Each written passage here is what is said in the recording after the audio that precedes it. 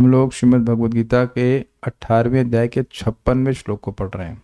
देखिए, अभी तक मतलब इन पिछले कई श्लोकों में भगवान ने क्रमिक आध्यात्मिक विकास का वर्णन किया।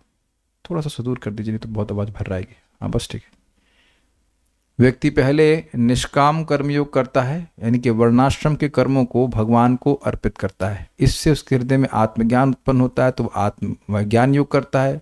सांख्य, तपस्या, वैराग्य इत्यादि का अनुशीलन करता है। फिर आगे जाकर के वह भगवान की भक्ति प्राप्त करता है। भक्त और उस प्रकार से भगवान को समझ पाता है। भक्त्यामा भी जानाति। दूसरा, ये एक सनिष्ठ का मार्ग है जिसकी निष्ठा वर्णाश्रम में होती है। लेकिन अब भगवान 2.5 श्लोक में एक परिनिष्ठ भक्त का वर्णन करेंगे जिसकी श्रद्धा वर्णाश्रम पे नहीं अपितु भक्ति पर होती है। वह मुख्य रूप से भगवान श्री कृष्ण की भक्ति करता है और गौण रूप से वर्णाश्रम के कर्तव्यों को उतना करता है जितना कि वो किया जा सकता है आसानी से। ये नहीं है कि सारे वर्णाश्रम के नियमों को ठीक ठीक पालन करने में बहुत ज़्यादा ध्यान दे। उसको ये श्रद्धा है, विश्वास है भक्तों की संगति से कि भगवान की भक्ति करके ही मुझे भगवान के धाम की प्राप्ति, सद्गति की प्राप्ति हो जाएगी। तो फोकस जो है वह भगवान की भक्ति के ऊपर है और सेकेंडरी रूप से, गौण रूप से वह वर्णाश्रम के कर्तव्यों को करता है। और ऐसा करने वाला व्यक्ति वैकुंठ की प्राप्ति करता है। ये भगवान इस बात में श्लोक में कह रहे हैं। मेरे पीछे बोलिए। सर्वकर्माण्यपि सदा कुर्वाणो मद व्यपाश्रयः। सर्वकर्माण्यपि सदा कुर्वाणो मद्व्यपाश्रयः। मत्प्रसादादवाप्नोति शाश्वतं पदमव्ययम्। मत्प्रसादाद् अवाप्नोति शाश्वतं पदमव्ययम्। सर्वकर्माण्यपि सदा कुर्वाणो मद्व्यपाश्रयः। सर्वकर्माण्यपि सदा कुर्वाणो मद्व्यपाश्रयः। मत्प्रसादादवाप्नोति शाश्वतं पदमव्ययम्। मत्प्रसादाद् अवाप्नोति शाश्वतं पदमव्ययम्। बोलिए।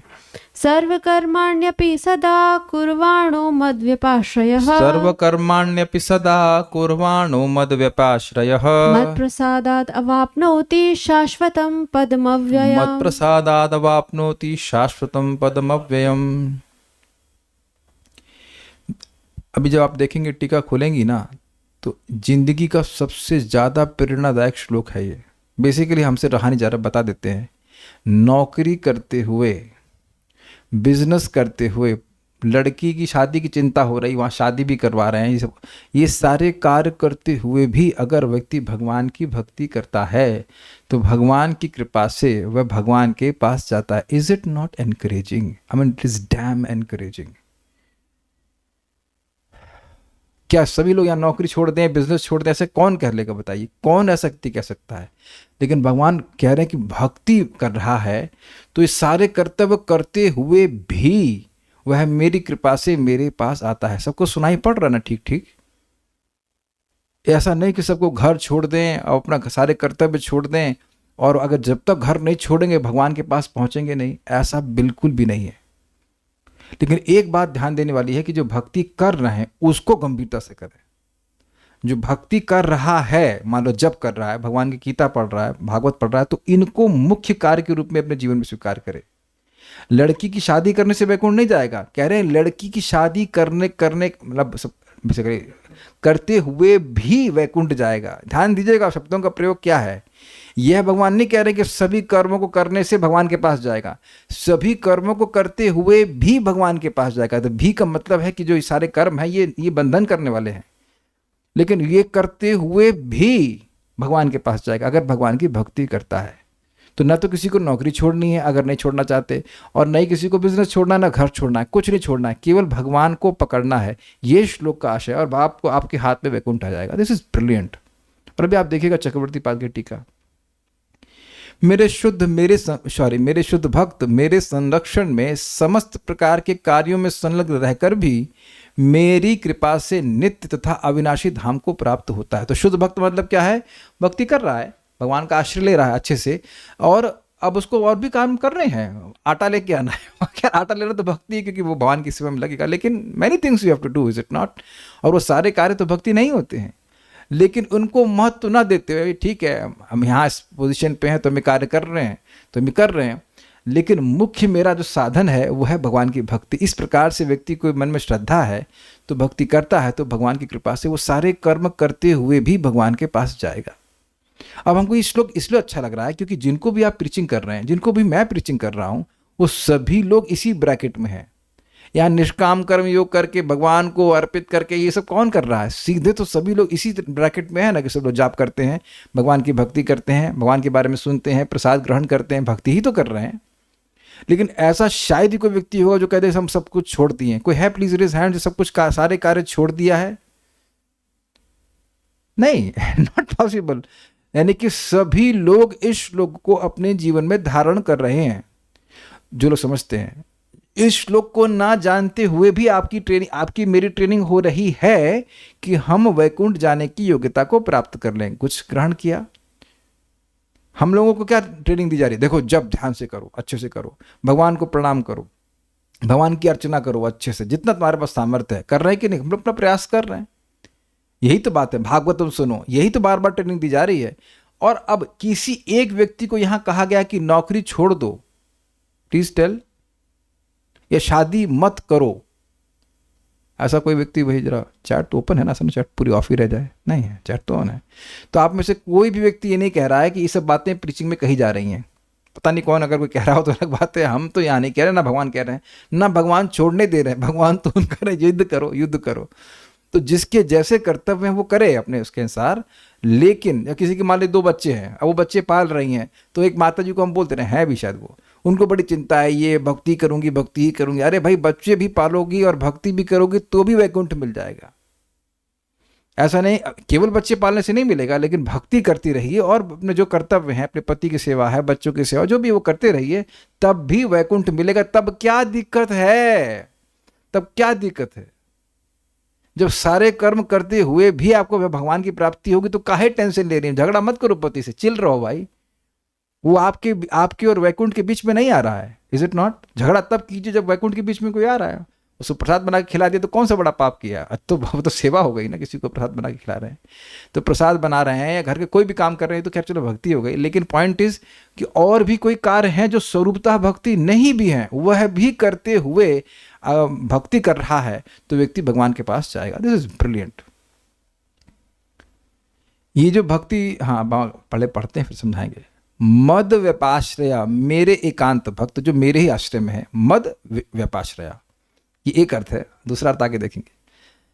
सदा यानी सब, हमेशा, सर्व कर्माणि कुर्वाण अपि, समस्त कर्म करने पर भी, मत प्रसादा शाश्वतम अव्ययम पदम अवाप्नोति, मेरी कृपा से शाश्वत नित्य अव्यय परव्योम वैकुंठ धाम को प्राप्त करते हैं। बिल्कुल श्लोक स्पष्ट है। सर्व कर्माण्यपि सदा, सारे कर्मों को करते हुए भी, सदा कर्माण्यपि सदा कुर्वाणा, मतलब हमेशा कर रहे हैं। ये नहीं कि अगर मान लीजिए कोई, अब लड़की की शादी की बात आई तो हम नहीं करवा रहे हैं, सामर्थ्य है कर रहे हैं, करवा रहे हैं। ये जो भी नित्य नैमित्तिक काम कर्म, काम कर्म, जो कुछ भी इनको करना वो सब कर रहे हैं। लेकिन मद व्यपाश्रय, मेरा आश्रय ले रहे हैं, अर्थात मेरी भक्ति कर रहे हैं। ये नहीं कि वो जप भी करना भूल जाए। अच्छा कब किया था जप? ऐसा नहीं है, ऐसा नहीं है। जप हो रहा है, गीता सुन रहे हैं, भागवत सुन रहे हैं, और बाकी जो करते हैं वो कर रहे हैं। क्या अच्छा, कितने लोग इस श्लोक को अपने जीवन में अप्लाई नहीं करेंगे? जरा हम नालायकों की शक्ल देख लें भाई। ब्रह्मत माने का शब्द का प्रयोग कर रहा हूं। कौन वैकुंठ ने, इतना इससे आसान तरीका है वैकुंठ जाने का? कोई भी कर्तव्य छोड़ने की नहीं जरूरत है। बताओ, इससे इजी ऑप्शन हो सकता है क्या कभी? आज तक मैं इस श्लोक को कभी ऐसे देखा ही नहीं। कितना इजी है। You don't have to give up anything basically. Obviously पाप नहीं करना है, लेकिन जो भी आपको अपने बच्चे में आ सकती है, बच्चा पालो, कोई दिक्कत नहीं, लेकिन जप करिए, भगवान को भोग अर्पण कीजिए। Is it not? कुछ भी छोड़ने, बेसिकली कुछ भी छोड़ने की जरूरत नहीं। सर्व कर्माणि का मतलब क्या? सारे कर्मों करते रहिए, लेकिन भगवान का आश्रय लीजिए, भगवान की भक्ति कीजिए। इसीलिए महाराज एक बहुत सुंदर बात बोले, तो बिल्कुल प्रासंगिक है यहाँ पे, कि देखिए व्यक्ति पढ़ाई करे, बिजनेस करे, शादी करे, वो कोई दिक्कत नहीं है, लेकिन भगवान की भक्ति छोड़ के नहीं करे। अब तो क्लियर हो गया ना? ऐसा कोई दिन नहीं होना चाहिए कि व्यक्ति जप ना करे, ऐसा कोई दिन नहीं कि भगवान के बारे में सुने नहीं, कुछ तो सुने, भगवान को भोग अर्पण हो, प्रसाद ही ग्रहण करे, इसमें कॉम्प्रोमाइज नहीं है। लेकिन यह, हाँ यहाँ चलेगा कि आपको भाई 24 घंटे तो कोई भी नहीं कर पा रहा है, तो बिजनेस करना है बिजनेस कर ले, नौकरी करे, लेकिन ये नहीं कि भक्ति छूट जाए, भक्ति नहीं छूटना है, फिर तो व्यपाश्रित नहीं हुए ना। अब एक व्यक्ति आश्चर्य करेगा, अरे यार सारे कर्म कर रहा है तो कर्म तो बंधन का कारण है, तब वह आपके शाश्वत पद को कैसे प्राप्त करेगा? कहते हैं मत प्रसादात अवाप्नोति, मेरी कृपा से प्राप्त करेगा। मेरी कृपा का मतलब है वो आपके तर्क के अनुसार नहीं है, क्योंकि वो मेरी कृपा है। समझे बात? वह मेरी कृपा है, वो आपकी कृपा नहीं है। कोई व्यक्ति अगर शंका करे, यार ये ऐसे कैसे, तो सब शादी कर रहा है, बच्चों की सब काम कर रहा है, नौकरी कर रहा है, तो बंधन लगना चाहिए। कहते ना, मेरी कृपा से वो प्राप्त करता है। क्या प्राप्त करता है? शाश्वतम पदम अव्ययम, बेसिकली मेरे धाम को, वैकुंठ धाम को प्राप्त करता है। तो कल जो भागवतम सुने होंगे तो वो तो सोच रहे होंगे इतना मुश्किल है भाई, भाव आ जाए, अतिरेक आ जाए, ये आए, तब जाके वैकुंठ की प्राप्ति होगी। यहाँ तो भगवान बड़ा स्पष्ट कह रहे हैं कि मेरी कृपा से ऐसा करने से भगवान की प्राप्ति होगी। जरा वेदवादिनी आप समझाएंगे कि क्या करने से भगवान की प्राप्ति होगी?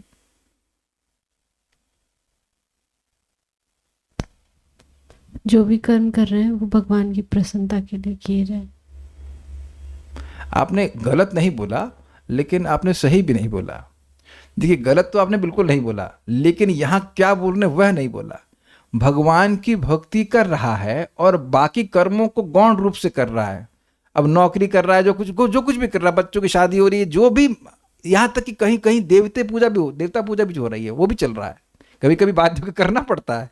वह सब करते हुए भी वो भक्ति का आश्रय ले रहा है, तो भगवान के पास जाएगा।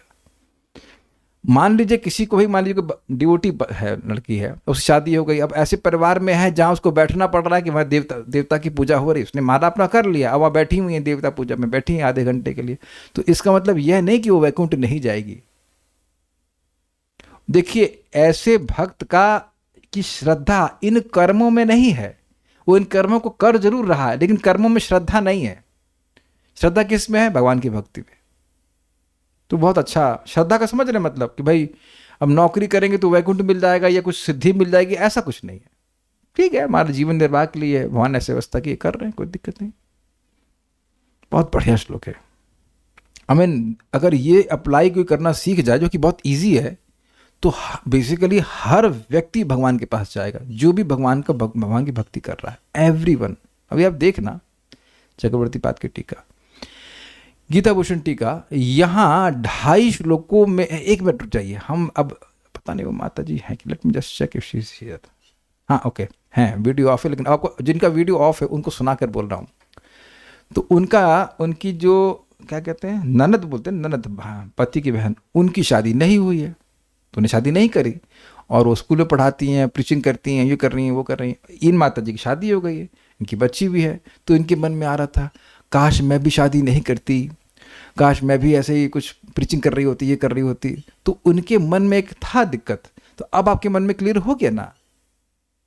ऐसा नहीं है कि आपकी ननद ही भगवान के पास जाएंगी, आप भी भगवान के पास जाओगे। घर के कर्तव्य कर रहे हैं, पति की सेवा कर रहे हैं, पति भी डिवोटी है, तो कोई दिक्कत ही नहीं है। बच्चे का ध्यान रख रहे हैं, 16 माला भी जप करती हैं, गीता क्लास में हैं ही, every day she is already there. तो ऐसा नहीं है कि ये सारे कर्तव्य आपके भगवत धाम वापस जाने में बाधक हैं। उम्मीद है कि सुन ही रही होंगी, वीडियो ऑफ है तो पता नहीं सुन भी रही कि नहीं सुन रही, मुझे नहीं पता, बट शायद सुन रही होंगी। और यही मैं अन्य लोग संग भी कह रहा हूँ, बहुत ओके, सुन रही हैं, समझ में आ गया। तो दूसरे की पोजीशन को मत देखिए। अगर मान लीजिए किसी शादी हो गई है, नहीं होती तो सोच रहा होता काश शादी कर लेता तो अच्छा होता कि नहीं। तो ये सब हमेशा रहता है, हमेशा रहता है। जहाँ जिस पोजीशन में आपको भगवान रखें, वो भगवान के आयोजन से वहाँ रहिए, कर्तव्य करिए। मेन जो अपना फोकस है, भगवान की भक्ति करिए, भगवान की भक्ति करके भगवान के पास वापस चले जाइए। देखिए, आप कहेंगे कोई ऐसा कोई केस स्टडी है? अब कई बार बता दे रहा हूँ। भगवान कृष्ण बलराम जी पहली बार मथुरा गए थे, तो मथुरा में एक सुदामा नाम का माली था, और उसने भगवान कृष्ण बलराम जी के लिए माला बना के दी। केवल एक बार माला अर्पण किया, तो भगवान ने कहा कि तुम भौतिक रूप से संपन्न रहोगे पूरा जीवन, और अंत में मेरे पास वापस आओगे। तो भगवान बोले चलो छोड़ो अपना माली का काम। क्या वो अपने माली का काम छोड़ा? नहीं वो सब काम करता रहा। भगवान ने कहा अंत पे तुम मेरे पास आओगे। एक एक एग्जाम्पल से मैं समझाता हूँ। कोई व्यक्ति सारे कर्म कर रहा है लेकिन अब दारू पी रहा है है ना, दारू का आश्रय लिया है ना, अपने बच्चों का ध्यान रख रहे हैं, अपनी पत्नी का ध्यान रखते हैं, लेकिन रात में उनको दारू जरूर चाहिए, तो ऐसा व्यक्ति नरक जाएगा कि नहीं? सारे कर्मों को करते हुए भी वह नरक जाएगा कि नहीं जाएगा? वेदवादी बताइए। आप मान लीजिए यमराज की असिस्टेंट होती तो क्या केस बनाती उसके ऊपर? जाएगा कि नहीं जाएगा? जाएगा। अरे देखो, उसने पत्नी का ध्यान रखा है, बच्चों का ध्यान रखा है, तब ड्रिंक भी तो किया। हाँ, एक एक गिलास अगर दारू रोज पी रहा है तो वो नरक जरूर जाएगा, ये स्वीकार कर सकते हैं। तो अब यह क्यों नहीं स्वीकार कर रहे कि भक्ति कर रहा है तो बाकी सारे कर्म करते हुए भी वह वैकुंठ जाएगा? उम्मीद है कि समझ गए। लेकिन ध्यान दीजिएगा, पापाचरण की बात नहीं कर रहा है, पाप नहीं करना चाहिए। यहाँ 2.5 श्लोकों में परिनिष्ठ भक्त की साधना का वर्णन भगवान कर रहे हैं। देखिए, परिनिष्ठ भक्त क्या होता है? उसका विश्वास भक्ति में होता है, लेकिन वर्णाश्रम के कर्मों को यथा उचित करता है। यथोचित मतलब जितना करना चाहिए उतना करता है। ये नहीं कि सारी चीजें लगे पड़ा है और भगवान की भक्ति ढक गई, भक्ति ही नहीं कर पाए, ऐसा नहीं है। मद व्यपाश्रय अर्थात वह अपने नियत कर्मों को गौण रूप से करता है, मतलब ब्राह्मण क्षत्रिय वैश्य शूद्र जो भी है उसको सेकेंडरी वे में करता है, जहां तक वह सरलता से किए जा सकते हैं। यह अपि शब्द से इंगित होता है। सर्वकर्माणि अपि, जितना हो सकता है उतना, और वह एकमात्र कृष्ण की ही शरण लेता है और यह उसका मुख्य कार्य होता है। क्लियर है? भगवान का नाम जप करना, भगवान की कथा को सुनना, ये मुख्य, ये गौण नहीं है। ठीक है। और इस प्रकार मत प्रसादात अर्थात भगवान की परम कृपा से पदम अर्थात उनके शाश्वत धाम को प्राप्त करता है, जो अव्ययम अर्थात नित्य शुद्ध ज्ञान और आनंद से परिपूर्ण है। इस संबंध में वेदांत में उक्ति है कि सर्वथापि तत्र वो अभय लिंगात, यानी कि एक परिनिष्ठ भक्त अपने प्रथम कर्तव्य के रूप में हर परिस्थिति में भगवान की सेवा करते हैं, क्योंकि इसका श्रुति और स्मृति शास्त्रों में इंगित किया गया है। वेदांत सूत्र 3.4.34। देखिए, बहुत सिंपल है ये बात। आप जब सुबह उठते हो तो क्या सोचते हो? वेदवादी सुबह उठते आप क्या सोचती हैं? स्नान करना है, फिर जप करना है। वेरी गुड, स्नान करना है, जप करना। और मैं समझता हूँ अब सभी भक्त इसी प्रकार से सोचते हैं। जरा बताइए कि कोई व्यक्ति यहाँ सुबह उठ करके अभी भी बैड टी पी रहा है क्या? Any bad boy here? Kalindi माता जी, आप पीती हैं सुबह उठते ही? नहीं, हाँ, हर चीज में हाँ। आप सुबह उठते चाय पीती? नहीं नहीं नहीं ठीक है। अरुण अग्रवाल प्रभु, आप पीते हैं उठते सुबह उठते चाय पीते हैं? अभी पी रहे हैं? नहीं, यस नो कुछ नहीं ठीक है। तो आप समझ रहे हैं कि उठते ही मन में ख्याल भी नहीं आता कि सुबह चाय पीनी है। जल पीते हैं या फिर उसका स्नान कर लेते हैं, फ्रेश वगैरह होकर स्नान करके एकदम क्लियर ओरिएंटेशन है कि उठते ही भगवान की सेवा करनी है। भाई साहब, भक्ति में आने से पहले, आई वुड वेरी क्लियरली से, इस कौन में आने से पहले कौन व्यक्ति इस चेतना से युक्त था कि उठते ही आप भगवान के बारे में सोचो? भाई, हिला देने वाली बात है। ऐसा कोई संस्था नहीं कर सकती कि किसी व्यक्ति को उठते ही ट्रेनिंग दे कि वह कृष्ण की सेवा में लगने के बारे में सोचे। I mean, he may just start chanting or he may just take bath and start serving Krishna. मंगल आरती जा रहा है, जप कर रहा है। Is it not amazing? ये श्लोक सिखाने से पहले ही आपको इस श्लोक को अप्लाई करना सिखा दिया गया इस्कॉन में। ये जबरदस्त बात है इस्कॉन की। दिस इज अभिधेय सोसाइटी। संबंध बाद में बताएंगे, पहले अभिधेय। हरि नाम जप, उठो, जप करो, जप करो, जप करो। This is amazing. यह सबको दिख रहा है ना कि इस श्लोक को आप अप्लाई कर पा रहे हो इजीली। कोई व्यक्ति को नहीं दिख रहा हो तो बताओ भाई, उसको ऑपरेशन किया जाए। क्लियर? तो जब अप्लाई कर रहे हैं पहला वाला पार्ट, तो फिर दूसरा वाला पार्ट क्यों नहीं होगा? क्यों नहीं जाएंगे वैकुंठ? आप लोग जिसको इस पे अच्छे लिखना कि आप वैकुंठ क्यों नहीं जाएंगे? जब काम कर रहे हो गड़बड़ तो रिजल्ट भी मिलेगा। नहीं रह पाएंगे जगत में, निकाल के फेंक दिया जाएगा वैकुंठ में, क्या करेंगे? है ना अस्टॉनिशिंग ये श्लोक? Already you are living that shloka. सुबह उठते ही देखिए क्या लिखा हुआ है यहाँ पे, बड़ा जबरदस्त है। एक परिनिष्ठ भक्त अपने प्रथम कर्तव्य के रूप में, आप देख रहे थे मैंने वेदवादी को ये प्रश्न क्यों किया मैंने आपको प्रश्न ही बताइए। उठते सबसे उठते आपका प्रथम कर्तव्य मुझे क्या करना चाहिए? क्या चमक रहा है? आपने जप करना है, या तो कोई कुछ भक्त होंगे वो अपना पानी पी करके जब करने लग जाते हैं, या वो स्नान पानी पी करके फ्रेश होकर स्नान करके जैसे जो भी करते हो, but first duty in your life is what? Service to Krishna. Agreed? उठते ही आपको भगवान की सेवा करने की ट्रेनिंग दी जा रही है। आपको ये नहीं बोला जाए निष्काम कर, नहा लो, धो लो, यज्ञ करो, उसके बाद वर्णाश्रम के हिसाब से भगवान को समर्पित करो, ये सब ये बोला ही नहीं गया है। हम सभी भक्तों का ट्रैक ही परिनिष्ठता पे लिखा गया है। Is it not? अब ऐसे तो कोई यहाँ पे नहीं है कि जो एकदम सब मंदिर ही ज्वाइन कर लेंगे। मंदिर में कोई है मंदिर में सुनने वाला? इस्कॉन मंदिर में कोई ब्रह्मचारी यहाँ पे सुन रहा हो? नहीं, सब घर में ही तो बैठे सुन रहे हैं। तो घर से ही आपको उठा लिया जाएगा वैकुंठ में सीधे। I mean amazing shloka, amazing shloka. यानी एक एक भक्त जो यहाँ पे हैं वो सब भगवान के पास जाने वाले हैं, ये बात बोल रहे हैं। बस चेक कि आप सुबह उठते ही करते क्या हो। प्रथम कर्तव्य भगवान की सेवा है। यानी कि अब वो कर्म, अब सुबह उठते हाँ भाई लड़की की शादी के लिए जूता चटकाने के लिए नहीं जा रहे हैं।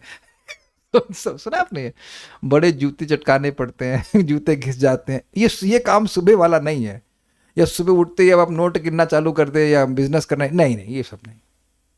फर्स्ट ड्यूटी पे मैं फोकस कर रहा हूँ। अब सारार्थ वर्ष नहीं सुने जिसने, तो उसका तो जीवन ही सफल हो जाएगा। This is mind blowing. अब ये व्यपाश्रय का थोड़ा अलग अर्थ लेते हैं और आप हिल जाएंगे सुनकर के। सुनिए, अतएव इस प्रकार से ज्ञानी यथाक्रम ही कर्म त्याग और ज्ञान त्याग द्वारा इनका फल मेरा सायुज्य प्राप्त करते हैं, यह पहले बताया गया। हुआ क्या?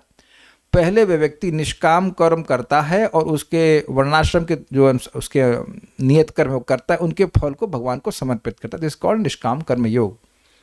उसके बाद जब उसकी वो आत्म अनुभूति होने लगती है तो अब वह कर्म का ही स्वरूपतः त्याग कर देता है। जो वर्णाश्रम के नियत कर्म उनको भी नहीं करता, ये भी सीखा था। फिर उसके बाद जो ज्ञान, जो कि वो विद्या है, विद्या की वृत्ति, उसको भी त्याग देता है और भक्ति को स्वीकार करके भगवान में लीन हो जाता है। ये बात बताया गया था, भक्त ये सब समझाया गया था। किंतु मेरे भक्त जिस प्रकार मुझे प्राप्त करते हैं, यानी वैकुंठ की प्राप्ति करते हैं, उसे भी सुनो। जो अब देखिए व्यपाश्रय को तोड़े हैं, वी प्लस अप प्लस आश्रय। समझ आया? अभी देखिएगा, अब अर्थात विशेषतः अपकर्ष युक्त अर्थात सकाम होकर भी मेरा आश्रय ग्रहण करते हैं, वे भी परम पद को प्राप्त करते हैं। इस लाइन को समझे आप। वी मतलब विशेष और अप मतलब निकृष्ट। अपकर्ष मतलब होता है उत्कर्ष, होता है ऊपर, अपकर्ष मतलब नीचे। तो अपकर्ष युक्त मतलब भौतिक इच्छा से युक्त होकर भी मेरा आश्रय लेते हैं, वे भी परम पद को प्राप्त करते हैं। अच्छा, यहाँ बताइए कि कौन व्यक्ति यहाँ पे जो पूरी तरह से भौतिक इच्छाओं से शुद्ध हो गया? Please raise hands. अगर हैंड रेज किया तो सम्मान प्राप्त करने की इच्छा, इसलिए तो कोई हैंड रेज नहीं करेगा, कर ही नहीं सकता। और तो अब ये कोई कह दे कि भाई बिल्कुल भौतिक इच्छाओं से युक्त हो, तो ये भी नहीं है। पूरी तरह भौतिक इच्छाओं से युक्त है तो भी वैकुंठ जाएगा, निष्काम है तो भी वैकुंठ जाएगा। तो सैंडविच के तरीके से आप बीच में फंस गए ना। अभी पूरी तरह भोग इच्छा भी, देखो एक बात हमको समझ में आती है, जो भी यहाँ भक्त उपस्थित हैं, जो नाम जप कर रहे हैं, जो भगवत गीता सुन रहे हैं, मैं बिल्कुल स्पष्ट समझ रहा हूँ कि ये कोई भी व्यक्ति भौतिक कुछ लाभ प्राप्त करने के लिए नहीं कर रहा है। This is absolutely clear to मी।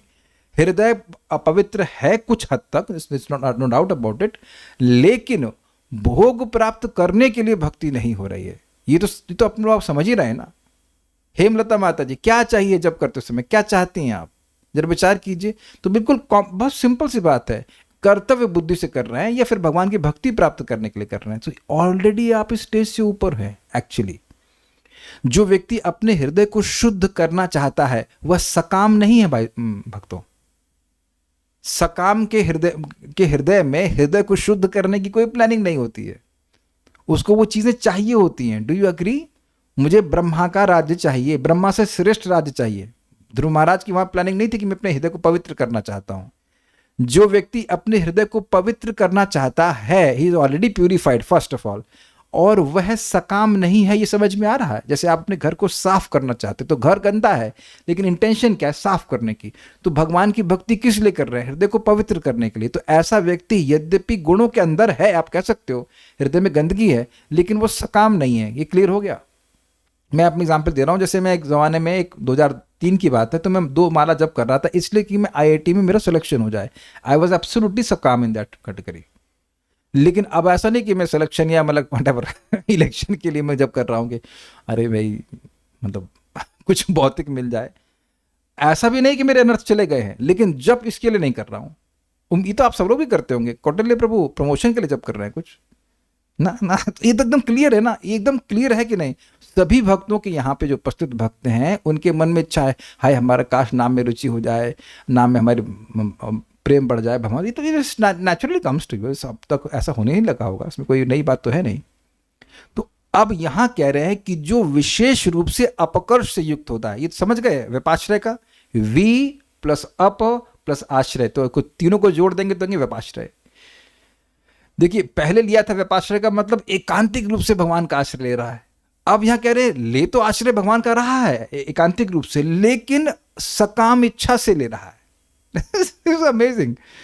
तो वे भी परम पद को प्राप्त करते हैं। तो पुनः निष्काम भक्त की बात ही क्या कहूं, क्या मुझे दिख गया? जो सकाम भावना से भगवान की भक्ति करते हैं वो वैकुंठ जाते हैं। तो जब निष्काम भावना से करेगा तो फिर वो क्यों नहीं जाएगा? आप कहेंगे कोई प्रमाण है भी? ध्रुव महाराज के बारे में नहीं जानते?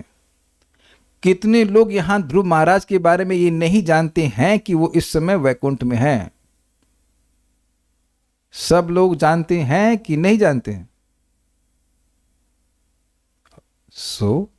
क्या भगवान झूठ बोल रहे हैं? एक केस तो आपको बताइए, बाकी तो और भी बहुत सारे केस होंगे।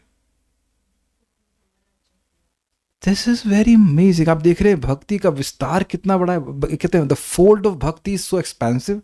सभी लोग आ जाओ, हर प्रकार का, लेकिन भक्ति अच्छे से करो। ध्रुव महाराज तो ध्रुव लोक में है। अच्छा, तो वो क्या कौन सा लोक है? वो वैकुंठ लोक नहीं है।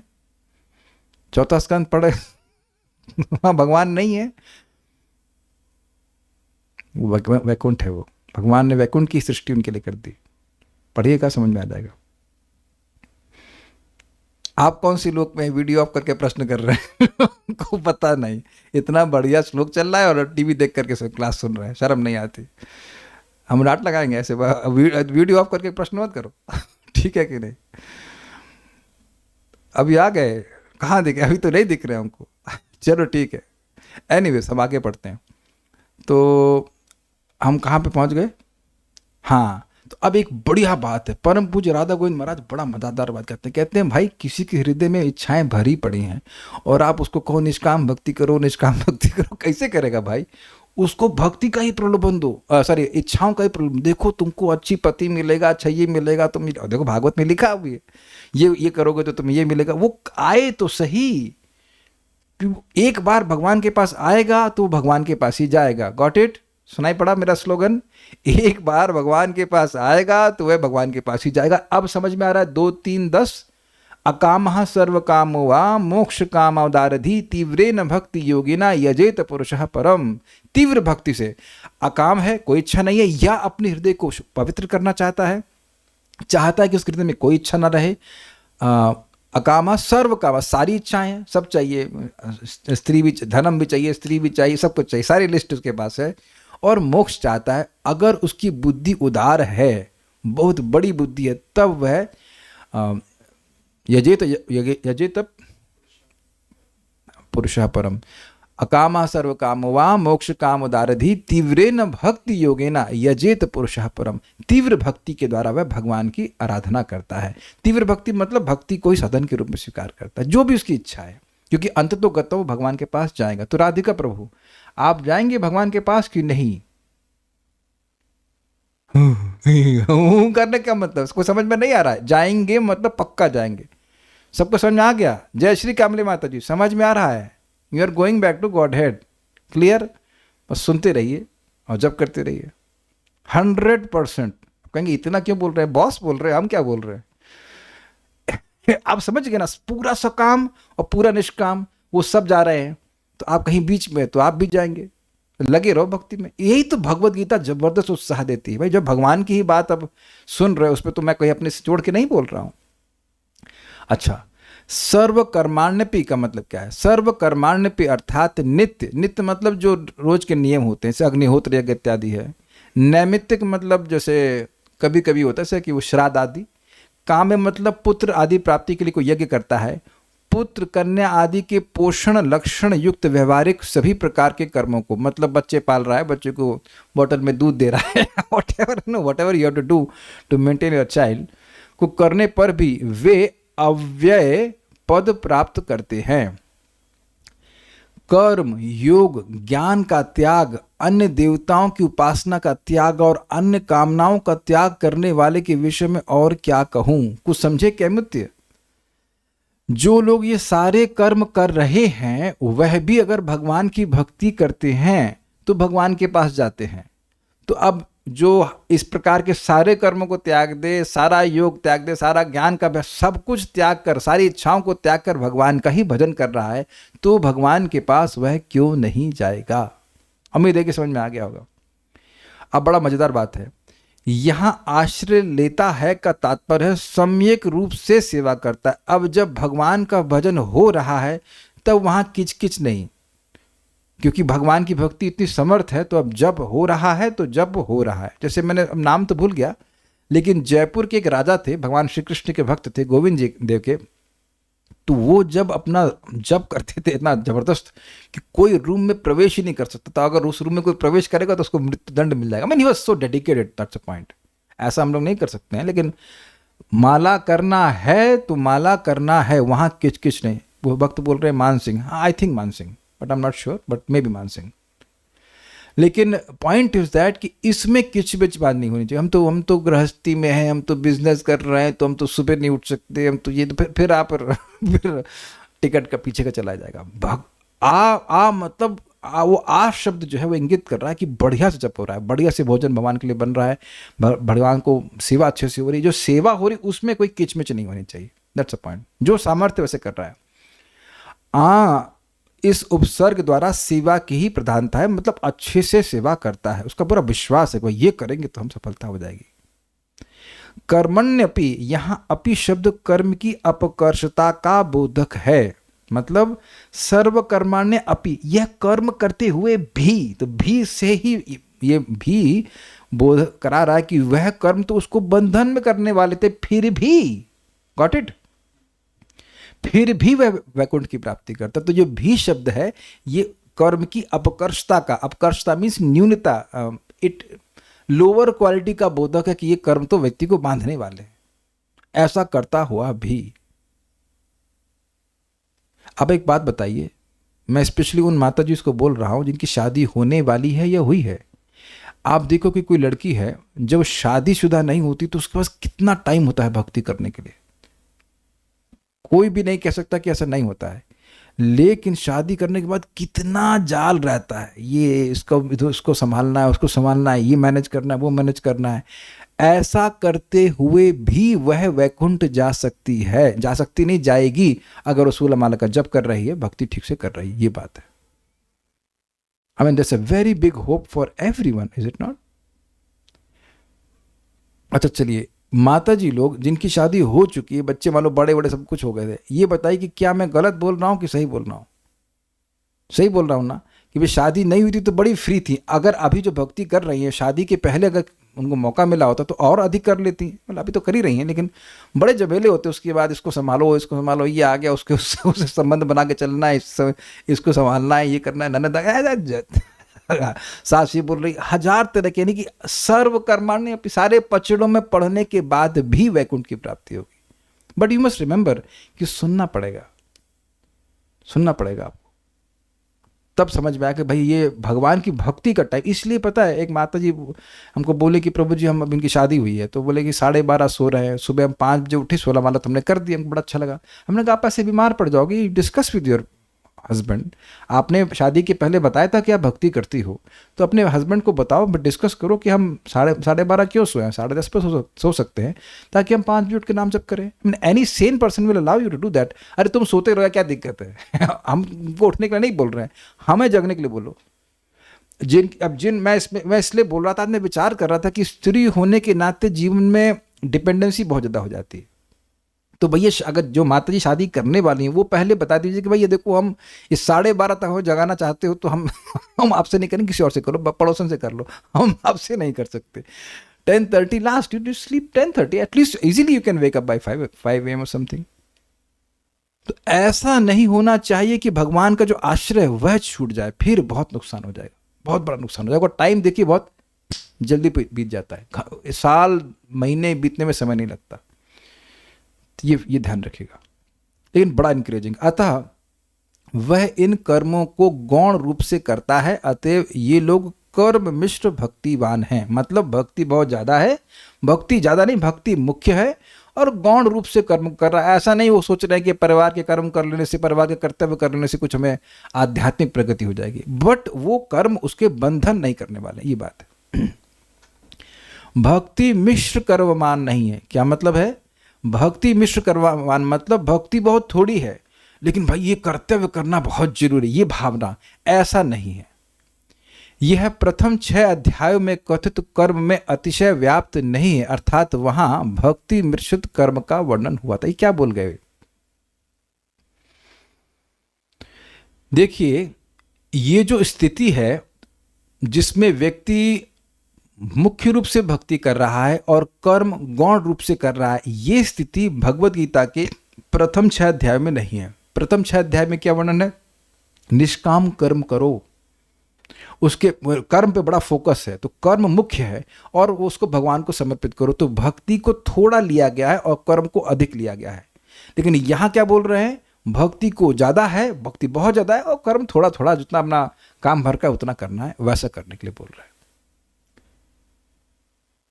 इसीलिए कुछ मान लो भक्त हैं, वो ठीक है नौकरी नहीं करना चाहते तो कुछ ऐसा काम कर लीजिए कि आपका जीवन निर्वाह हो जाए, तो उसकी वजह से ऐसा नहीं कि आपको वैकुंठ जाने की योग्यता समाप्त हो गई है। हाँ, अगर वो भी नहीं करना पड़ रहा है तो बहुत अच्छी बात है, फिर तो बहुत बढ़िया है, भजन करिए। लेकिन नहीं मान लीजिए हो रहा है, कुछ थोड़ा बहुत काम करते हैं, 10-5 हज़ार रुपये जो भी अपना कमा लेते हैं, तो ऐसा नहीं कि कोई बंधन लगेगा आपको, ये बात है। शाश्वतम मत पदम, वे मेरे शाश्वत वैकुंठ, मथुरा, द्वारका, अयोध्या आदि धाम को प्राप्त करते हैं। सभी आगे कोई सोचेगा, कोई सोचो कि खाली वैकुंठ जाएंगे, ऐसा कुछ नहीं, कहीं भी जा सकते जहां आपकी जाने की इच्छा है। कहाँ अच्छा लग रहा है आप लोगों को? Yog Maya Mata ji, where would you like to go? कहाँ जाना चाहती हैं आप? सेलेक्ट कीजिए, कहीं भी जा सकते हैं, लगी रहिए भक्ति में। अच्छा, महाप्रलय के समय ये धाम किस प्रकार रहेंगे? इस प्रश्न के उत्तर में कहते हैं अव्ययम, अर्थात महाप्रलय के समय मेरे धाम का कुछ भी व्यय नहीं होता, मतलब नष्ट नहीं होते। ऐसा कैसे होता है? तो कहते हैं ऐसा मेरे अतर्क प्रभाव से ही संभव होता है, आप लॉजिक नहीं लगा सकते। यदि प्रश्न हो कि ज्ञानी अनेक जन्मों की अनेक तपस्याओं आदि के क्लेश के साथ विषयों के उपरम से नैष्कर्म होने से सायुज्य प्राप्त करते, समझे, खूब जन्म जन्मांतर तपस्या के सब विषय वासना समाप्त हो गई, तब वह सायुज्य मिलता है, वैकुंठ नहीं मिलता है। सायुज्य मतलब ब्रह्मज्योति में लीन होते हैं। किंतु आपके भक्तगण कर्मानुष्ठान परायण और कामना युक्त होकर भी केवल आपका आश्रय लेने से ही आपके नित्य धाम को कैसे प्राप्त करते हैं? ये तो नहीं समझ में आ रहा, लॉजिक नहीं है ना। इधर ज्ञानियों को इतना ज्यादा टाइट करके रखा है कि जरा सी भी इच्छा नहीं होनी चाहिए, एकदम शुद्ध होकर के आओ, और आपके भक्त कामनाओं से युक्त है। भाई एक बात बताइए कि कोई लड़की की शादी के बारे में सोच रहा है और कोई आत्मज्ञान के बारे में सोच रहा है, अंतर नहीं है उसमें? बहुत बड़ा अंतर है ना। अरे वो लड़की का वो मैच नहीं हो रहा है लड़के से, ये तो वो जहाँ वो वहाँ टेंशन में है, टेंशन मतलब कुछ तो ध्यान जा ही रहा है, वो सोच रहा है। और एक व्यक्ति आत्मज्ञानी है, पूरा जगत को छोड़ के बैठा है, उसकी बाह्य रूप से देखा जाए तो स्थिति बड़ी अलग है, लेकिन फिर भी ऐसे ज्ञानी को वैकुंठ नहीं मिलेगा। तो कहे ये कैसे हो रहा है? तो इसके उत्तर में श्री भगवान कहते हैं मेरे प्रसाद अर्थात मेरी कृपा द्वारा मेरी प्रसन्नता के प्रभाव को तर्कातीत जानना चाहिए। अर्थात देखिए बात क्या है, भगवान को प्रसन्न करने के लिए लड्डू चढ़ाया कभी किसी ज्ञानी ने? भगवान पूछे अबे तू लड्डू चढ़ाया कभी? कभी जल पूछा है? कभी तू पानी पूछा नहीं? वैकुंठ आना चाहता है, तुम कभी पानी नहीं दिए, कभी लड्डू नहीं दिए, कभी फूल नहीं दिए। बोला था ना गीता में, दिए तुम्हें कुछ ज्ञान है इसका? नहीं हम तो नहीं दिए, तो करो, जाओ मरो जा करके ब्रह्म ज्योति में। तो बेसिकली कैसा भी व्यक्ति है, भगवान की बात पे विश्वास करके भगवान को कुछ दे रहा है, फूल दे रहा है, जल दे रहा है, या प्रणाम कर रहा है, जो कुछ भी कर रहा है भगवान, ये उसकी भगवान के प्रति प्रेम सूचित कर रहा है। Make sense? ज्ञानी तो भगवान से प्रेम करता ही नहीं, क्योंकि वो सेवा करना ही नहीं चाहता शाश्वत रूप से। सोचिए कि मान लीजिए कोई लड़की है, किसी लड़के से शादी कर रही है, लेकिन उसकी बिल्कुल इच्छा नहीं है कि वह कभी भी उस लड़के से शादी करे, सेवा करे। यहाँ प्रभु जी लोगों के लिए प्रश्न है, छोड़ दीजिए इसको, मैं नाम नहीं ले सकता, लेकिन पूछ रहा हूँ, जब आपकी शादी हुई तो उम्मीद थी ना कि पत्नी सेवा करेगी? अगर ये बोल दिया जाता कि ये पत्नी कभी आपकी सेवा करने ही वाली नहीं है, ये बायोडाटा भी लिखता है कुछ, कभी नहीं, सुनने की बात नहीं है, कुछ नहीं करेगी, वो लीन रहेगी लेकिन कुछ नहीं करेगी, आपके घर की दीवारों में लीन हो जाएगी, कुछ नहीं करेगी, पानी भी नहीं पूछेगी। शायद प्रभु जी लोगों ने कभी झगड़ा हुआ हो तो अपनी पत्नी को बोलते तुम तो पानी भी नहीं पूछते हो। ऐसे इतनी खराब माता जी लोग यहाँ नहीं है, लेकिन एक वक्त सत्यापित करते हैं, कभी कभी ऐसा हो जाता है। तो कोई पानी भी ना पूछे यार, उसको क्या बोलेंगे बताइए? उसको क्या पूछेंगे? तो जो पानी भी भगवान को नहीं दे रहा है, उसके ब्रह्मज्ञान का क्या मतलब है? तो ये जो भगवान की सेवा कर रहे हैं, ये उनका भगवान के प्रति प्रेम है, इसीलिए वो बाकी दुर्गुण भगवान नहीं देखते, ये कह रहे हैं। समझ में आ गया बात? भगवान प्रसन्न होते हैं उनकी सेवा से, तात्पर्य मत। जैसे सिंपल सी बात है, वो माली जिसने भगवान को माला अर्पण करी, वो कौन बड़ा ब्रह्मज्ञानी था? भगवान को देखा, भगवान से प्रेम कर रहा, अर्पण कर दिया, खत्म। Simple, just dam simple.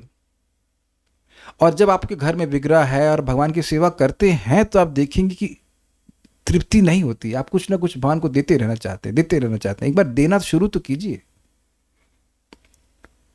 तात्पर्य, मद व्यपाश्रय शब्द का अर्थ है परमेश्वर के संरक्षण में। भौतिक कलमश से रहित होने के लिए शुद्ध भक्त परमेश्वर या उनके प्रतिनिधि स्वरूप गुरु के निर्देशन में कर्म करता है। उसके लिए समय की कोई सीमा नहीं है, वह सदा 24 घंटे 100% परमेश्वर के निर्देशन में कार्य में संलग्न रहता है। ऐसे भक्त पर जो कृष्ण भावनामृत में रत रहता है, भगवान अत्यधिक दयालु होते हैं। वह समस्त कठिनाइयों के बावजूद अंततो गत्वा दिव्य धाम या कृष्ण लोक को प्राप्त करता है। वहाँ उसका प्रवेश सुनिश्चित रहता है, इसमें कोई संशय नहीं है। उस परम धाम में कोई परिवर्तन नहीं होता, वहाँ प्रत्येक वस्तु शाश्वत, अविनश्वर तथा ज्ञानमय होती। तो इस तात्पर्य प्रभुपाद जी का बड़ा स्पष्ट है, इसकी व्याख्या की कोई खास जरूरत मेरे को नहीं लगती है। मतलब प्रभुपाद वो व्यपाश्रय का अर्थ ले रहे हैं कि वो श्लोक आपने सुना होगा 9वें अध्याय का, क्या श्लोक है, स्त्री शूद्र, हाँ, स्त्रियो वैश्यस्ता शूद्रस्तेपि यति पराम गतिम। श्लोक की शुरुआत कैसे है? माम ही पार्थ व्यपाश्रित्य, सेम है ना, व्यपाश्रय व्यपाश्रित्य। माम ही पार्थ व्यपाश्रित्य ये स्युः पाप योनयः स्त्रियो वैश्यस्था शूद्रास्तेपि यान्ति पराम गति। मेरा विशेष रूप से आश्रय लेकर, अर्थात मेरे भक्तों के संरक्षण में अपने जीवन को ढालते हुए, अपने कार्य करते हुए, माम ही पार्थ व्यपाश्रित्य ये स्युः पाप योनि, कोई पाप योनि भी क्यों ना हो, स्त्री हो, वैश्य हो या शूद्र भी क्यों ना हो, वह भी पराम गति की प्राप्ति करता है। तो अब मैं ना इस श्लोक से लिंक कर पा रहा हूँ, वैश्य को कितना काम करना होता है। आप जाइए कभी मार्केट में, शूद्र को तो काम ही करना है, और अब स्त्रियों के तो काम की कोई कमी नहीं है। इतना काम है, ओहो। तो ये सारे कार्य करते हुए भी अगर व्यपाश्रय भगवान की सेवा करते हैं गुरु के मार्गदर्शन में, तो वह भी परागति को प्राप्त करते हैं। तो उम्मीद है कि सभी लोग वैकुंठ जा रहे हैं, ये बात समझ में आ गई होगी। एक भक्त पूछ रहे हैं अभिधेय का मतलब क्या है। मेरा पहले प्रश्न आपसे, 16 माला हुई कि नहीं? हो गई कि नहीं? हाँ हो गए, तो अब उत्तर देंगे। तो देखिए, अभिधेय का मतलब होता है साधन। जैसे बेसिकली वेद में केवल 3 बातें हैं, संबंध, अभिधेय और प्रयोजन। संबंध मतलब जीवात्मा का भगवान से क्या संबंध है, वह वर्णित हुआ है। जीवात्मा भगवान का शाश्वत अंश है, शाश्वत दास है। अभिधेय मतलब वो तरीका जिसके द्वारा वह संबंध जागृत हो जाएगा। अभी संबंध हमें अनुभव तो नहीं हो रहा है, तो वो तरीका क्या है? भगवान की भक्ति। और इस संबंध को जागृत करने का प्रयोजन क्या है कि भगवान के चरणों में शुद्ध प्रेम जागृत हो जाए। तो ये तीन तत्व हैं, संबंध, अभिधेय और प्रयोजन। और कुछ वस्तु ज्ञानमय होती है मतलब क्या है? देखिए, ये अच्छा प्रश्न है। देखिए, सूर्य है, सूर्यमय मतलब उसका स्वरूप क्या है? सूर्य तेजमय है, सूर्य तेज से ही बना हुआ है। ऐसे ही भगवान वह वस्तु हैं जो सच्चिदानंदमय है, अर्थात भगवान का स्वरूप ही ज्ञानमय है। उस स्वरूप को देखने से ही जीव का अज्ञान नष्ट हो जाता है। भगवान का दर्शन हम करने क्यों जाते हैं? हमारा अज्ञान नष्ट हो जाता है उससे। ऐसा जगत के रूपों को देख करके नहीं होता, लेकिन भगवान का स्वरूप ज्ञानमय वैसे ही है जैसे सूर्य का स्वरूप कैसा है? तेजमय। सूर्य के सामने जाने मात्र से हमारा अंधकार नष्ट हो जाता है क्योंकि तेजमय है। उसी प्रकार से भगवान के सामने जाने मात्र से जीव का अज्ञान नष्ट हो जाता है। ये बात है, भगवान का स्वरूप ज्ञानमय है। उम्मीद है कि आप समझ गए। अच्छा, क्या 24 आवर्स परमेश्वर या उनके प्रतिनिधि के निर्देशन में कार्य करना मीन्स 16 माला मिनिमम प्लस 4 नियम? चार नियम में तो कुछ करना नहीं होता है, कुछ नहीं करना होता है ना। इट नॉट, ऐसा तो नहीं कह रहे कि हम मांस नहीं खा रहे हैं तो वो कुछ करना तो नहीं हुआ ना, तो वो तो आप उस सेवा में नहीं लगा सकते। कृष्ण भावनामृत में कार्य करना, ये मतलब प्रश्न ये कि क्या 24 घंटे का मतलब है कि 16 माला जप करना? 4 नियमों का ठीक है, अंडरस्टूड है। और कृष्ण भावनामृत पे कार्य करना, आपका क्या रियलाइजेशन है? What is your realisation? Yes, and देखिए बात बहुत सिंपल है। इट मीन्स गुरु के मार्गदर्शन में अपनी वाणी को, अपने शरीर को और अपने मन को भगवान की सेवा में लगाए रखना, ये है मतलब। क्या शाश्वत पदम ऑल्सो मीन्स गोलोक वृंदावन धाम? नहीं नहीं, गोलोक की सृष्टि होती है, जब सृष्टि होती है तो गोलोक की सृष्टि होती है, जब प्रलय हो जाता है तो गोलोक। कैसा प्रश्न कर रहे हैं आप? आज बेटा 4 साल हो गए तुमको गीता सुनते सुनते, यही समझ में नहीं आया कि शाश्वतम पदम का मतलब गोलोक वृंदावन भी होता है? आपने सुना नहीं? मथुरा के अंदर 3 विभाजन होते हैं, Gokul, Mathura means actually Brajdham, Mathura, like that is already there. Anyways, वो खाली कंफर्मेशन के लिए पूछ रहे थे। सो स्टॉप ना। उम्मीद है कि आप लोग कुछ लोग अच्छा लग रहा होगा। और एक और प्रश्न आ गया, क्योंकि गोप कुमार वैकुंठ द्वारिका पहुंच गए, फिर वापस हम वृंदावन में आकर भजन किए गोलोक प्राप्ति के लिए। अच्छा, आप टीचर हैं, ये बताइए कि क्या हम अगर फिजिक्स पढ़ा रहे हैं तो केमिस्ट्री का प्रश्न करना चाहिए? जिस पुस्तक को मैं पढ़ा रहा हूँ, अभी आप उस पर प्रश्न कर रहे हैं, उसे किसी को समझ में आएगा कुछ? और आप भी क्या कुछ समझ के प्रश्न कर रहे हो? तो आप आगे से आगे पढ़ तो लिए, लेकिन आप धड़ से आप मतलब, अच्छा मैं पूछूं क्या ये भौम वृंदावन जो है ये शाश्वत नहीं है क्या? तो वो ये सब कन्फ्यूजन का वाला काम बनेगा। हम और डाटा नहीं चाहते, लेकिन ठीक है, जो पुस्तक पढ़ा रहा हूँ उसके बारे में पूछिए, क्योंकि आप अन्यथा जब आप कोई प्रश्न कर रहे हैं, आप खुद विचार कीजिए, जब आप प्रश्न कर रहे हो तो सब्जेक्ट की जानकारी कितनी है? मैंने कई बार डांट खाई है परम पूज्य वृंदावन चंद महाराज से। श्लोक निकाल, श्लोक बोल। मैं कुछ प्रश्न करूंगा तो पहले महाराज संस्कृत का श्लोक बुलवाएंगे, क्योंकि मेरी जो अंडरस्टैंडिंग में उसके अनुसार प्रश्न कर रहा हूं। फिर महाराज देखो यहाँ लिखा है ऐसा, नहीं लिखा। तो that's how it is there. So unless you read that shastra very nicely, you basically can't ask questions. थोड़ा थोड़ा सुन करके आप प्रश्न नहीं कर सकते। तो भगवत गीता में आधार पर सब कुछ, गोलोक वृंदावन सब कुछ शाश्वत धाम है। ठीक है, हम भी बृहत भागवतामृत के प्रश्न का उत्तर नहीं दे पाएंगे। हमको इस श्लोक सुनकर बहुत प्रसन्नता हो रही है, बहुत प्रसन्नता हो रही थी कि जितने भी लोगों को हम कुछ काउंसलिंग किए या स्टूडेंट्स हैं, जो भी हैं, सभी लोग वैकुंठ जाने के अधिकारी हैं। ये और कोई भले ही वो सारे कर्म नहीं छोड़ पा रहे हैं, ऐसी परिस्थिति नहीं है कि भाई कहीं पे लोगों को नौकरी करनी ही पड़ रही है, तब तो क्या वो वैकुंठ नहीं जाएंगे? कहीं पे भी अगर ऐसा व्यक्ति है, बस इस प्रकार से, बल्कि मेरा ऐसा विश्वास है कि ये लोग जिनको भी मैं स्मरण कर रहा हूं, दे आर नॉट सकाम, they are in a situation but not सकाम। हैदराबाद में सुनाई पड़ रहा है ना? I think it is very encouraging to you माता जी, स्पेशली। जस्ट इट इस लोगों को लगता अरे यार हम तो फंस गए, अब तो हमारा कोई चांस नहीं। तेरा पूरा चांस है, पूरा चांस है। Just chant 16 rounds, follow the 4 obvious follow तो है वो, और भगवान की अर्चना की एक भी दिन, स्पेशली जो मैं गृहस्थ, उनकी शादी हो गई है, जल जरूर देना, फल देना, फूल देना, और कोई कुछ रह गया क्या, और तो पत्ती पत्ती, दूध तो ठीक है, दूध नहीं मिलता कभी कभी, तुलसी, ये 4 चीज तो भगवान को देते ही रहिए, देते ही रहिए। कृष्ण बिकम्स परचेस्ड बाय सच ऑफरिंग, सिंपल, इतना तो कौन नहीं कर सकता है। सभी लोग के गृहस्थों के घर में ड्यूटी अगर है, अगर गृहस्थ हैं, ब्रह्मचारी तरह तो एक अलग बात है, गृहस्थ की तरह रह रहे हैं पत्नी बच्चे समय, you must have a duty, you must, you feel so connected with Krishna. Okay, will stop. Bhagavatam में भी कल सेम सुना था, सुंदर श्लोक था, लेकिन वहाँ थोड़ी दिक्कत वाली बात थी कि जिनके वो महाभागवत जाएंगे तो सुनकर व्यक्ति सोचेगा अरे महाभागवत कब बनेंगे, लेकिन यहाँ काफी होपफुल है। सकाम भक्ति से भगवान का धाम प्राप्त होता है तो निष्काम भक्ति क्यों करेगा? This is very interesting. देखिए ये बड़ा मजेदार प्रश्न है कि कह रहे हैं कि भाई जब सकाम भक्ति करने से ही वैकुंठ मिल रहा है तो निष्काम भक्ति करने से क्यों मिलेगा? देखिए बात सिंपल है, बात सिंपल है। सकाम भक्ति जीव कर ही क्यों रहा है? क्योंकि उसमें उसको भी लग रहा है कि अच्छा है ये सब, लेकिन भक्ति करते करते अपने आप ही गायब हो जाते हैं ना टेस्ट, तो अपने आप ही निष्काम हो जाता है। ये भी तो है ना। आप लोगों को पता भी चला नहीं होगा ना बहुत सारी इच्छाएं कब गायब हो गई। What is this? मैं भी सोच रही थी कि छोटी छोटी डिजायर हैं, कोई बात नहीं, चलने दो। I don't know what is the meaning of चलने दो।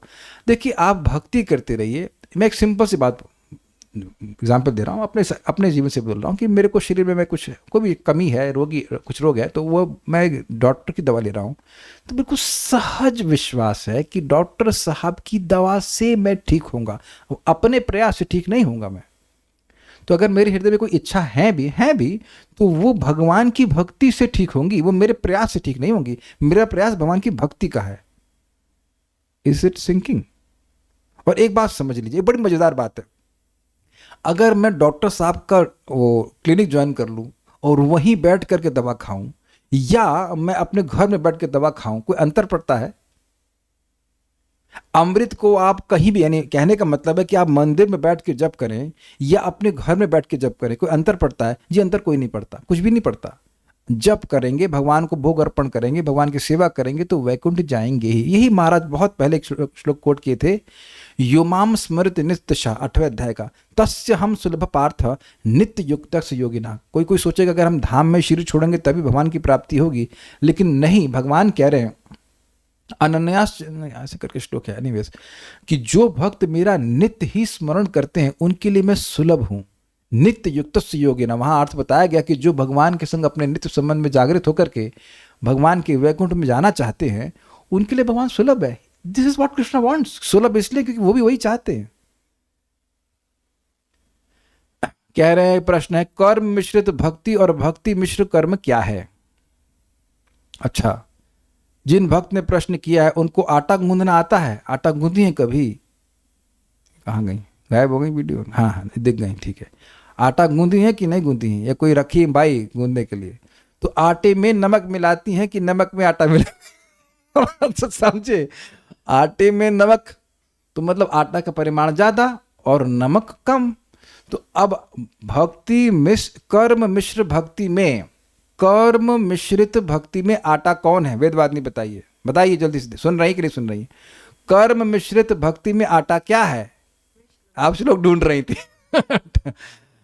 कर्म मिश्रित, मदन मोहन प्रभु, कर्म मिश्रित भक्ति में आटा क्या है? एग्जाम्पल ये है कि आटे में नमक, तो आटा ज्यादा और नमक कम थोड़ा सा। तो कर्म मिश्रित भक्ति में आटा क्या है? वेरी गुड, हाँ, भक्ति आटा है और कर्म जो है वो नमक हो गया। अच्छा, भक्ति मिश्रित कर्म में आटा क्या है? आटा कर्म है, भक्ति थोड़ी थोड़ी नमक के बराबर और बहुत सारा कर्म। Got it? ये है आपका सनिष्ठ की साधना की व्यक्ति खूब वर्णाश्रम धर्म करना है, ये करना है, यज्ञ करना है और बाद में भगवान को समर्पित करते रहा। तो ये हो गया भक्ति मिश्रित कर्म। लेकिन इधर यहाँ पे भक्त लोग भक्ति कर रहे हैं, मुख्य रूप से भक्ति कर रहे हैं, थोड़ा बहुत कर्म जो उनको करना पड़ा वो कर लेना है। नमक की रोटी तो कोई नहीं खाएगा ना। ओके, तो I think you got it. Intelligent devotees will stop now. Srimad Bhagavad Gita की जय, श्रील प्रभुपाद की जय, निताई गौर।